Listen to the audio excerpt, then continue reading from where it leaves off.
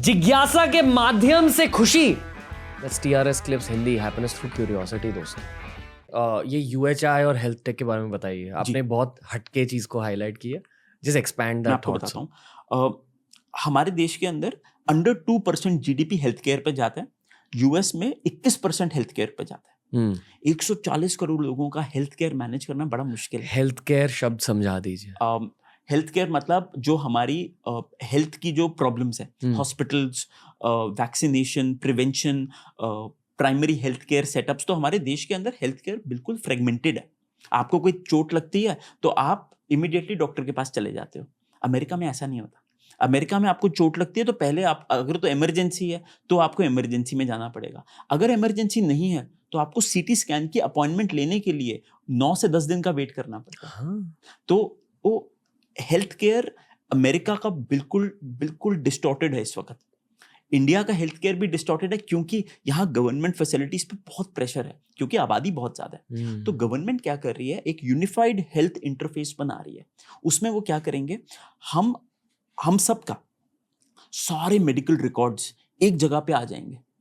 उससे क्या होगा, इंटर ऑपरेबल। इसका मतलब ये, फोर्टिस में जाने वाला पेशेंट फोर्टिस उसका हेल्थ केयर रिकॉर्ड नहीं संभालेगा, उसका हेल्थ केयर रिकॉर्ड गवर्नमेंट संभालेगी। उसको फोर्टिस जाने वो फोर्टिस जाए, वो इमीडिएटली उसको दे देगा। उसको मैक्स जाने वो मैक्स जाए, उसको रितेश के पास आने वो रितेश के पास जाए। तो कंट्रोल ऑफ डेटा, वो कहते हैं कि अगर if data is the new oil then India is the next Saudi Arabia. हम लोग इतना डेटा निकालने वाले हैं जो आप सोच नहीं सकते। तो इस डेटा को अपने पास रखना, इस डेटा की एक्सप्लॉयटेशन ना करना, इसके लिए यूपीआई जैसे और यूएचआई जैसे गवर्नमेंट फ्रेमवर्क्स बना रही है। और इन सब के ऊपर अपॉर्चुनिटी कैसे आती है मैं आपको बताता हूँ। पेशेंट हेल्थ रिकॉर्ड्स, आज मैं अगर आपसे पूछूं, आज से 5 साल पहले जो आपका ब्लड टेस्ट हुआ था उसकी रिपोर्ट कहाँ है? आपके पास शायद हो, शायद ना हो, काफी चांसेस हैं अभी नहीं होगी। आपको मम्मी से मांगनी पड़ेगी या किसी से मांगनी पड़ेगी। आपका हेल्थ रिकॉर्ड आपके पास होगा आपके मोबाइल के अंदर। और आप ये सोचिए, जब ये 140 करोड़ लोगों पे, और अभी आप ये देखिए आने वाले 5 साल में हम लोग 110 करोड़ लोग इंटरनेट पे होंगे। हमारी फॉर्मल इकोनॉमी ह्यूज तरीके से बढ़ रही है। आज 87% लोगों के पास अपना बैंक अकाउंट है। बहुत बड़ी बात है एक ऐसे मुल्क के लिए जो जिसके पास सिर्फ 20% लोगों के पास बैंक अकाउंट था आज से 8 साल पहले। तो ये फॉर्मल इकोनॉमी में ये इसीलिए सारी अपॉर्चुनिटीज आने वाली हैं। क्रेडिट लेंडिंग, हमारा देश पैसे का भूखा है और इसीलिए यहाँ पे रेट ऑफ इंटरेस्ट बहुत ज्यादा है। आप लेंडिंग में कोई भी बिजनेस चालू कीजिए, बहुत चलेगा। लेंडिंग में क्या है, रणवीर भाई को अपना पॉडकास्ट का पूरा बिजनेस बढ़ाना है, एग्जाम्पल बोल रहा हूँ, और आपको 2 करोड़ रुपए चाहिए। India is the only country जहां पे आपके पास इतनी सारी ऑप्शंस हैं। आप एनबीएफसी के पास जा सकते हैं, आप प्राइवेट लेंडर्स के पास जा सकते हैं, आप बैंक के पास जा सकते हैं, इतनी सारी इंटरमीडियरीज हैं। तो क्रेडिट और बहुत सारे, और पैसा भी बहुत सारे हर तरफ से। आप ये देखिए हमारी इकोनॉमी के अंदर मेरे हिसाब से निफ्टी 50,000 क्रॉस करेगा इन द नेक्स्ट 1 डेकेड। हमारी इकोनॉमी के अंदर बहुत पैसा आने वाला है क्योंकि बाकी सब एजिंग एंड डिटोरियोरेटिंग इकोनॉमीज हैं। चाइना क्लोज्ड इकोनॉमी है। India is the only truly democratic and digital economy. Huge potential है। तो आप बस एक लास्ट चीज मैं यहाँ ये बोलना चाहूंगा, आप कोई भी बिजनेस करें, चाहे आप कन्वेंशनल बिजनेस करें, आप टेक्नोलॉजी को समझिए। टेक्नोलॉजी कंपनी वो कंपनी होती है जहां पे 50% सेल्स टेक्नोलॉजी की वजह से आ रही है। ये बहुत इंपॉर्टेंट है। मैं नॉर्मली बहुत सारे जोक्स क्रैक करता हूँ पॉडकास्ट में, पर आपसे जब बात करता हूँ दिमाग एकदम हैवी हो जाता है इन अ गुड वे। तो I don't feel like making this a humorous podcast. Whenever I am talking to, I just feel कि मुझे और सीखना और बताओ सर। एंड आई होप कि ऑडियंस को भी ये समझ आ रहा है कि उन्हें कैसी इन्फॉर्मेशन मिल रही है अभी। तो उसी पर्सपेक्टिव से मैं आपको और पूछना चाहूँगा। चलो आपने अभी वो UHI समझा दिया, आप कुछ बिजनेस आइडियाज दे सकते हो एज अ एक्सपीरियंस एंटरप्रेन्योर। आपका दिमाग, अगर मैं आपसे ये कहूँ कि सर आप उसी के ऊपर कुछ प्रोडक्ट बनाओ, make the Paytm of health, तो कुछ बिजनेस आइडियाज पिच कर दो ताकि लोगों को बिजनेस थॉट प्रोसेस के बारे में पता चले। सो मेरे हिसाब से areas of high CAGR growth going forward are, मैं आपको पहले ना समझाना चाहूंगा, हमारे पूरे ब्रह्मांड में अभी तक 4 इंडस्ट्रियल रेवोल्यूशंस हुए हैं। Industry 1.0, 2.0, 3.0 and 4.0। इन सब में से 3.0 जो थी वो थी introduction of social media and internet, जिसकी वजह से आप ये देखिए इतनी सारी डिक्टेटरशिप्स थी, जितने राजा थे उन सबके प्रति एक वो आया कि हमें डेमोक्रेसी चाहिए। इंटरनेट की वजह से हम अपने पुराने दोस्तों से मिलने लग गए। इंडस्ट्री 4.0, जिसको भी बिजनेस में कुछ भी करना है, इंडस्ट्री 4.0 को समझना आज बहुत इंपॉर्टेंट है। इंडस्ट्री 4.0 को लोग समझते हैं कि क्रिप्टो करेंसी है, ब्लॉकचेन है, ऐसा बिल्कुल नहीं है। इंडस्ट्री 4.0 का एक निमोनिक है जो मैंने अपने लिए बनाया हुआ है, आपको शायद अच्छा लगे, दैट इज रानिया 53। R stands for robotics. सब कुछ आप देखिए, रोबोटिक का ये मतलब नहीं है हमें बॉलीवुड या हॉलीवुड सिखाता है कि रोबोट एक ऐसी चीज है जो नॉन लिविंग ह्यूमन है, ऐसा नहीं है। रोबोट एक ऐसी चीज है जो ह्यूमन की लाइफ आसान करता है। रोबोट मल्टीपल फॉर्मेट्स में आता है, रोबोट एक सॉफ्टवेयर भी हो सकता है। रोबोटिक प्रोसेस ऑटोमेशन एक वर्ड है। द आइडिया इज रोबोटिक्स हमारे जीवन का एक पार्ट बनने वाला है और इसको रोकना बहुत मुश्किल है। An idea whose time has come, it's very difficult to stop that idea. तो रोबोटिक्स एक ऐसी चीज़ है जिसमें माइक्रो रोबोटिक्स आते हैं, जिसमें नैनो रोबोटिक्स आते हैं, जिसमें ह्यूमन जिसको हम बोलते हैं ह्यूमनॉइड रोबोटिक्स आते हैं, जिसमें अभी हमारी एक कंपनी है जिसमें हमने इन्वेस्ट किया हुआ है, वो रोबोटिक नर्सेज बना रहे हैं। जहाँ पे हॉस्टाइल एनवायरनमेंट है, जहाँ पे कोविड वार्ड्स हैं, वहाँ पे हम लोग रोबोटिक नर्सेज बना रहे हैं, रोबोटिक ट्रांसफर ऑफ मेडिसिन बन रही है। तो the whole idea is robotics पे एक बहुत बड़ी इंडस्ट्री आने वाली है। Second, A stands for AI. AI हम लोग आजकल देख रहे हैं, आज क्या पिछले 10 साल से मैं सुन रहा हूँ एआई आने वाला है, लेकिन अब टाइम आया है। जनरेटिव, आप ये देख लिए, artificial intelligence is going to eat the world. जैसे पहले सॉफ्टवेयर के लिए हम कहते थे, और एआई का ना संक्षेप और सरल भाषा में मैं आपको मतलब बताता हूँ। एआई ये नहीं है कि कोई बहुत हाई फाई चीज़ है। एआई एक ऐसी बहुत सिंपल चीज़ है। एक रेडियोलॉजिस्ट के लिए, रेडियोलॉजिस्ट आपको पता है वो डॉक्टर जो एक्सरेज और सीटी स्कैन या एमआरआई मशीन वो देखता है। एक रेडियोलॉजिस्ट एक दिन में ज़्यादा से ज़्यादा 50 सीटी स्कैन देख लेगा। मशीन आधे घंटे में 100 देख सकती है। एक सीटी स्कैन को डेसिफर करने के लिए अमेरिका का रेडियोलॉजिस्ट $15 लेता है, मशीन 15 सेंट लेती है। ये एआई है। मशीन की एक्यूरेसी डॉक्टर से आज भी 5% ऊपर है और आने वाले समय में और ज्यादा बेहतर होती जाएगी। तो ये एआई रेडियोलॉजिस्ट का जॉब चला जाएगा ना। दुनिया में इतने लोगों को हेल्थ केयर नहीं मिल रहा कि लास्ट के जो 10% स्कैन है ना, जो मशीन भी नहीं देख पा रहा, वो रेडियोलॉजिस्ट देखेंगे। जॉब जाने से ज्यादा ना, मतलब एआई को लेवरेज करने का ये है कि हम वहां तक हेल्थ केयर पहुंचाएं। आज आपको पता है अफ्रीका के अंदर रेडियोलॉजिस्ट है ही नहीं, एमआरआई मशीन्स नहीं है।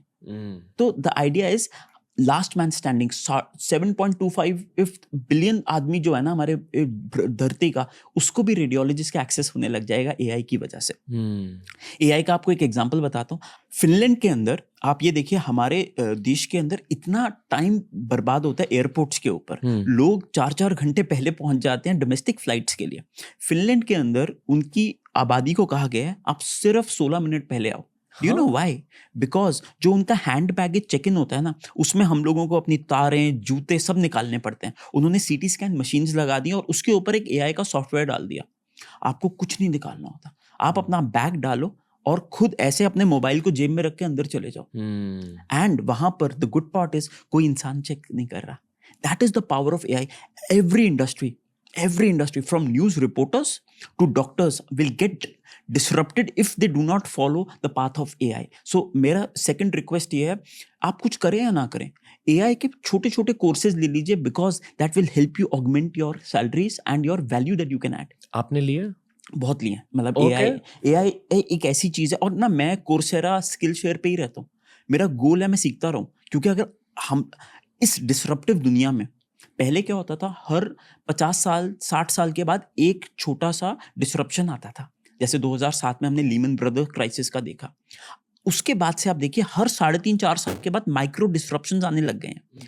टेक्नोलॉजी की वजह से चीजें इतनी फास्ट हो गई हैं। हमें ये देखना पड़ेगा, जो अपने आप को, education does not stop at 24-25। Education will be forever till your last breath. You need to read 2 hours every day. आप कुछ भी करें, आप चाहे डॉक्टर हैं, आप जब तक अपने आप को अपडेटेड नहीं रखेंगे, आप वैल्यू नहीं ऐड कर पाएंगे। तो नेक्स्ट टर्म आता है जिसको हम रानिया में, हमने बात की रोबोटिक्स, हमने बात की एआई की। अब हम लोग बात करते हैं नैनो टेक्नोलॉजी की।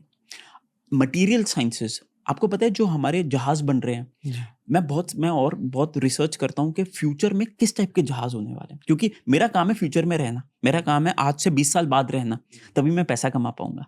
आज मैं उन कंपनीज में पैसा डालता हूँ जो आज सब लोगों को लगता है कि यार इसका तो कोई वैल्यू नहीं है। मैंने 2015 में एक रोबोटिक्स कंपनी में पैसा डाला था और सब लोग कह रहे थे पागल हो गए, इसमें क्यों डाल रहे हो, इसका कोई फ्यूचर नहीं है। वो मैच्योरिटी होगी 2030 में, it will become the largest humanoid robotics manufacturer in India. The idea is हमें 2047 2030 में रहना है। नैनो टेक्नोलॉजी, मटेरियल साइंसेस, अगर आपको पैसा कमाना है आप मटेरियल साइंसेस पे कोर्स कीजिए, आपको पता चलेगा हम कैसे अलॉय फॉर्मेशन से वेट ऑफ मेटल धीमे धीमे कम करते जाएंगे। मटेरियल साइंसेस का मतलब हुआ अलॉय जो होता है जिसमें अलग अलग मेटल्स को जोड़ के क्या हम लोग और बेहतर कॉम्बिनेशंस बना सकते हैं, क्या हम लोग और बेहतर अलॉयज बना सकते हैं, क्या हम लोग और बेहतर मटेरियल्स बना सकते हैं, जिससे हम लोग, जैसे मटेरियल साइंसेस की इनोवेशन का एग्जांपल है स्पेसएक्स। पहले हम एक रॉकेट को एक बार भेजते थे और वो फोड़ देते थे। स्पेसएक्स अब एक रॉकेट को 164 टाइम्स यूज करता है, रीयूजेबल रॉकेट्स। उसका रीजन क्या है, उसके पीछे मटेरियल साइंसेस इन्वॉल्व है। सो मेरा सबमिशन ये है कि मटेरियल साइंसेस के ऊपर आप कोर्सेज ले, ये आपको ना कोई नहीं बताएगा। मटेरियल साइंसेस का फ्यूचर है। नैनो टेक्नोलॉजी के अंदर बहुत सारे टॉपिक्स आते हैं, इसी में एक टॉपिक आता है बायोजीनोमिक्स। अब प्रिसिजन मेडिसिन का जमाना है। अभी हमें क्या हुआ, फीवर हुआ, हमने पैरासीटामोल ले ली। आप पैरासीटामोल हर 4 घंटे से के बीच में नहीं ले सकते। प्रिसिजन मेडिसिन का क्या है, कॉज ऑफ फीवर के पास जाएगा, उस सेल को अल्टर करेगा और ठीक हो जाएगा। मतलब ट्रेडिशनल मेडिसिन दवाइयों में बेसिकली आप कार्पेट बॉम्बिंग कर रहे हो खुद की बॉडी की, कि 1000 प्रॉब्लम्स को एक साथ सॉल्व कर रहे हो, जब आपको सिर्फ एक प्रॉब्लम को सॉल्व करना है। अब फार्मा के फ्यूचर में एक दवाई की वजह से, ओके, क्योंकि हमने डीएनए खोल दिया। डीएनए के अंदर अब ना आपके जो ट्रीटमेंट्स होंगे, और इसी की वजह से आपका कैंसर के, आप ये देखिए बहुत रिसर्च चल रही है। आप सिर्फ 7 या 8 साल दे दीजिए, क्योंकि एफडीए अप्रूवल को 9 से 10 साल लगते हैं जी। आप देखेंगे कैंसर के ऐसे ऐसे सोल्यूशंस आ जाएंगे जो हमने कभी सोचे भी नहीं थे। Cancer will become preventable, cancer will become curable, at least most of the cancers. So आप ये लगा लीजिए, जीनोमिक्स के अंदर किसी को अगर बायो में इंटरेस्ट है तो वो जीनोमिक्स की तरफ जाए। उसके बाद हम बात करते हैं रानिया में internet of things. Internet of things कैसा है, मैंने एक आई वॉच पहनी हुई है, इसमें मेरा ईसीजी आ जाता है। धीमे धीमे हम लोग एक बॉट बन जाएंगे और हमारी पूरी बॉडी के अंदर बहुत सारे, जैसे अल्ट्रा ह्यूमन करके एक कंपनी है जो छोटी सी रिंग बनाती है। होगा क्या, हमें अपना डेटा, अभी तक क्या है ना, डॉक्टर को, जैसे कोई हार्ट पेशेंट चल रहा है, डॉक्टर को अब उसको ना ईसीजी इमीडिएटली उसके स्क्रीन पे आ जाएगा कि आपके ये वाले पेशेंट का ये वाली रिदम मिस हुई थी। इंटरनेट ऑफ थिंग्स का मतलब है, अभी जैसे एसी चल रहा है, आप पहले ही एसी को, यू मेक थिंग्स स्मार्टर। आप क्या करेंगे, जैसे एसी है ये, आप एसी को बता देंगे कि यार रणवीर को 24 से ज्यादा अच्छा नहीं लगता, वो 18 पे क्यों चलता है। ऐसे ही आप लाइट, आप इवेंचुअली, इंटरनेट ऑफ थिंग्स है नॉन लिविंग थिंग्स को smart banana. That is internet of things. Internet of things का फ्यूचर कैसा है मैं आपको बताता हूँ। एक हमने कंपनी में इन्वेस्ट किया, फैक्लॉन लैब्स। आपको पता है नागपुर, दिल्ली जैसे शहरों में पानी की बहुत वेस्टेज होती है। पानी टैंकर में जा रहा होता है और आधा पानी तो फेंका जाता है। इन्होंने क्या किया, उसके अंदर सेंसर्स लगा दिए। सेंसर एक ऐसा वर्ड है, लोगों को पता नहीं होता, सेंसर में इतनी पोटेंशियल है, क्योंकि सेंसर डिटेक्ट कर सकता है कि यार ये पानी लीकेज हो रहा है, इसको बंद कर दो इमीडिएटली। मेरा सबमिशन ये है, आप किसी भी नॉन लिविंग चीज के अंदर सेंसर लगा के उसको लिविंग बना सकते हैं। और ये एआई और नॉन लिविंग का बेहतरीन कॉम्बिनेशन है, that is IoT, internet of things. कि थिंग्स के ऊपर इंटरनेट लगा दिया आपने। सेंसर कॉस्ट पिछले 20 साल से इतनी कम हो गई है जो आप सोच नहीं सकते। मतलब जैसे लोग फ्यूचरिस्टिक चीजों के बारे में सोचते हैं कि मैंने एक ताली मार दी और लाइट ऑफ, वो तो अभी भी है, पर ये हर जगह आने लग जाएगा। आपकी जो, आपके घर पे आने से पहले आपकी लाइट ऑन हो जाएगी, जाते ही ऑफ हो जाएगी। हम इतनी इलेक्ट्रिसिटी क्यों वेस्ट कर रहे हैं। ऐसे ही रानिया, लास्ट जो ए आता है, that is completely autonomous. Autonomous means एक ऐसा फ्यूचर जहां पे हमारी गाड़ियां जो हैं वो अपने आप चलेंगी। जितना भी ह्यूमन वेस्ट होता था ना टाइम, वो सब कंट्रोल होने लग जाएगा। ऑटोनॉमस के ही अंदर हम लोग लेते हैं EV, electric vehicles and green energy. हम लोग जब तक अपने, आज भी मैं बॉम्बे आया, मैं माइल्डली एजमेटिक हूँ, मुझे इतना अच्छा लगा, यहाँ का AQI 220 था, दिल्ली में 500 है। सो आप ये सोचिए हम किस टाइप की सिटीज बना रहे हैं। And EV is the future, green energy is the future. Cost of solar for the first time in 2022 was equal to cost of coal. The idea is ये धीमे धीमे कम होता जाएगा। एंड इसमें हम 5 और 3 जब जोड़ते हैं, दैट इज 5G और इवेंचुअली 6G 7 5G की स्पीड्स आर अमेजिंग, क्योंकि जितना फास्ट इंटरनेट होगा उतना ही ज्यादा हमारे सारे डिवाइसेस एक दूसरे से बात कर पाएंगे। And then is 3D printing. आज एक बिल्डिंग बनने में 2 से 3 साल लगते हैं, ये सब कुछ 3 से 4 महीने में हो सकता है by 3D printing. 3D printing is the future of everything. हम मास मैन्युफैक्चर कोई चीज क्यों करते हैं? क्योंकि मास मैन्युफैक्चरिंग में ज्यादा पोल्यूशन होता है। आप कंक्रीट मास मैन्युफैक्चर करते हैं, इससे अच्छा आप 3D प्रिंटिंग कीजिए, एक चीज बनाइए और कस्टमर को दीजिए। 3D प्रिंटिंग लोगों को लगता है कि गिमिक है कि आपने एक छोटी सी चीज बनाई और बेच दी ना। 3D प्रिंटिंग से आप घर बना सकते हैं, लो कॉस्ट हाउसेस बन सकते हैं। 3D printing is the future. तो मेरे हिसाब से इंडस्ट्री 4.0 ये इंटरफेस है। इसके अराउंड आप क्या क्या कर सकते हैं, मैं आपको एक छोटा एग्जांपल बताता हूं। Robotics with health care. आप क्या कर सकते हैं? Robotics as receptionist. आप क्या कर सकते हैं? AI के अंदर, जैसे मैंने आपको एक एग्जांपल बताया रेडियोलॉजिस्ट का, ऐसे ही AI के अंदर मशीन रिकॉग्निशन। आपकी जो मशीन है ना, वो आपका फुंसी देख के बता सकती है कि आपको कैंसर है या कोई इन्फेक्शन है। This is the future of everything. The idea is आप इन सब को कन्वेंशनल इंडस्ट्रीज के साथ जोड़ दीजिए। मैं यहाँ पे लास्ट चीज, और इन सब के ऊपर एक लेयर है विच इज स्पेस। मैं आपको एक एग्जांपल बताता हूँ। हमने इंडिया की सारी स्पेस टेक कंपनीज में इन्वेस्ट किया हुआ है। धीमे धीमे पेलोड की कॉस्ट कम हो जाएगी, कॉस्ट ऑफ सेंडिंग सैटेलाइट्स बहुत कम हो जाएगी। जितना हमारे पास अर्थ का डेटा होगा उतना हम बेटर तरीके से बता सकते हैं कि इस सॉइल पे खाड़ी लगानी है या फिर कोई और क्रॉप लगाना है। Space marketing. Coca Cola became the first company जिसने क्या किया, एक स्पेस की कंपनी को पैसा दिया और पूरा डकोटा जो स्टेट है वहां से हवा में आपको कोका कोला की ब्रांडिंग दिख गई बाय अ सैटेलाइट फॉर्मेशन। ये फ्यूचर है। This is the future. आसमान में प्रोजेक्टर डाल दिया, जस्ट इमेजिन। तो मुझे ऐसा लगता है कि टेक्नोलॉजी को, और अगर आपको टेक्नोलॉजी नहीं पसंद ना, उसके बावजूद भी आप डिसिप्लिन बना के ना टेक्नोलॉजी के बेसिक्स सीखिए। मैं ये नहीं कहता कोडिंग सीखो, बट आपको ये सब पता होना चाहिए कि दुनिया में क्या क्या हो रहा है आजकल।